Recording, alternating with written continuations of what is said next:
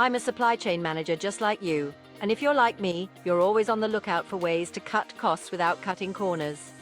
Today, I want to share something that has revolutionized the way my company handles manufacturing costs. Let's dive in.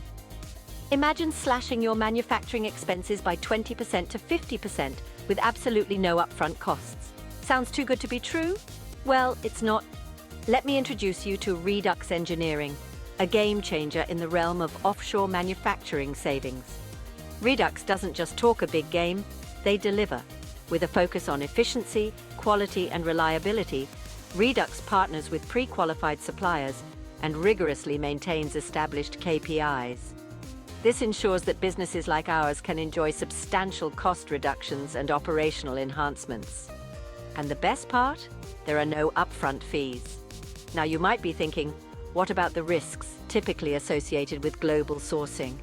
I thought the same, but here's how REDUx addresses that. They offer an end-to-end solution, encompassing everything from design feedback and vendor verification to ongoing performance monitoring. This integrated approach minimizes risks and makes the process seamless. The team behind REDUx is impressive too, boasting over 80 years of combined experience in supply chain optimization.